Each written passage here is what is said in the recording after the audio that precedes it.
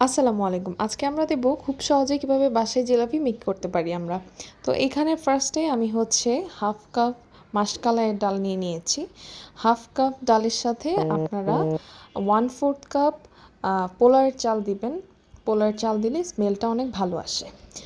আবারও বলছি 1/2 কাপ মাসকলাইয়ের ডালের সাথে 1/4 কাপ পোলাওয়ের চাল দিয়ে একটা ব্যাটার তৈরি করবেন। এখানে আমরা ফার্স্টে এটাকে ভিজিয়ে রাখবো, তারপরে হচ্ছে ব্লেন্ড করে একটা ব্যাটার তৈরি করব। এখানে আমি প্রায় 2-2.5 ঘন্টার জন্য এটাকে ভিজিয়ে রাখবো গরম পানি দিয়ে। ভিজিয়ে আমি একটা সাইডে এটা রেস্টে রেখে দিব। আর ভিজানোর আগে ফার্স্টে এটা খুব ভালোভাবে ওয়াশ করে নিব, একদম স্বচ্ছ পানি বের হওয়া পর্যন্ত আমি এটাকে ওয়াশ করব। না হলে নিচে কিন্তু বালু বালু থেকে যাবে। আপনারা লক্ষ্য করে দেখবেন নিচে অনেক বালু বালু থাকে। তো আমি এটাকে ভালোভাবে এরকম ওয়াশ করে নিয়েছি অ্যান্ড এটাকে আমি রেস্টে রেখে দিব। তো 2-3 ঘন্টা রেস্টে রাখার পরে এটা আমি ব্লেন্ডার জারে নিয়ে নিচ্ছি। এখানে আমি ব্লেন্ডার জারে একবারে সব কিছু দিয়ে একটা ভালো ব্যাটার তৈরি করে নিব। এখানে মাসকলাইয়ের ডাল অ্যান্ড পোলাওয়ের চালের মিক্সচারটা দিয়ে দিব। আর এইখানে আমি 1 টেবিল চামচ কর্নফ্লাওয়ার দিয়ে দিব। আর 1 টেবিল চামচ কর্নফ্লাওয়ারটা দিচ্ছি হাফ কাপ ডাল এবং 1/4 কাপ চালের জন্য। আর এখানে আমি 1 টেবিল চামচ ময়দাও দিয়ে দিচ্ছি। ময়দাটা দিলে একটা কনসিস্টেন্সিটা ভালো হয় অ্যান্ড ভালো একটা স্মুথ ব্যাটার তৈরি হয়। এখানে আমি টেস্টের জন্য একটু হালকা লবণ দিয়ে দিচ্ছি। আর এইখানে আমি 1/2 কাপ ডালের জন্য আর চালের জন্য আমি এখানে 1 কাপ পানি দিয়ে দিলাম, যাতে একটা মানে ভালো ব্যাটার তৈরি হয় আর কি। আর এইখানে আমার ব্যাটারটা এরকম অনেকটা এরকম হয়েছে। আর এই ব্যাটারটা যদি অনেক পাতলা হয় তাহলে কিন্তু জিলাপির প্যাচটা পারফেক্টলি আসবে না। তো আমি এখানে একটা পাইপিং ব্যাগ নিয়ে নিয়েছি। আর এই পাইপিং ব্যাগের মধ্যে আমি আমার ফুল ব্যাটারটা নিয়ে নিব। আর এই ফুল ব্যাটারটা আমি অল্প করে নিয়েছি, কারণ জিলাপি একবারে গরম গরম ভেজে খাওয়ার মজাই অন্যরকম। আমি প্রতিদিন অল্প অল্প করে এরকম একটু একটু ভিজিয়ে রাখলে বানাতে সময় লাগে না। তো এই তো আমার পাইপিং ব্যাগটা অলরেডি। আর এখানে আমি হচ্ছে চিনির শিরা বানিয়ে নিচ্ছি। আমি এখানে 1 কাপ চিনির সাথে 1/2 কাপ পানি দিয়েছি। আর এখানে একটা এলাচ ফল ফেলে দিয়েছি যাতে একটা সুন্দর স্মেল আসে।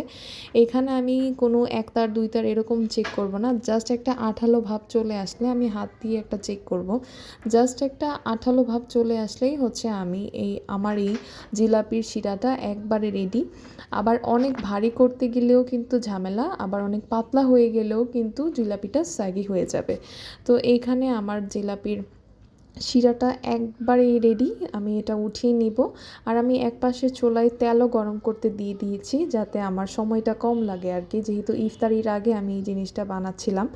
তো এইখানে এই তো আমার যে যে তেলটা অলরেডি গরম হয়ে গিয়েছে। আর আমি কিন্তু আগেই বলে নিচ্ছি, আমি কোনো এক্সপার্ট না।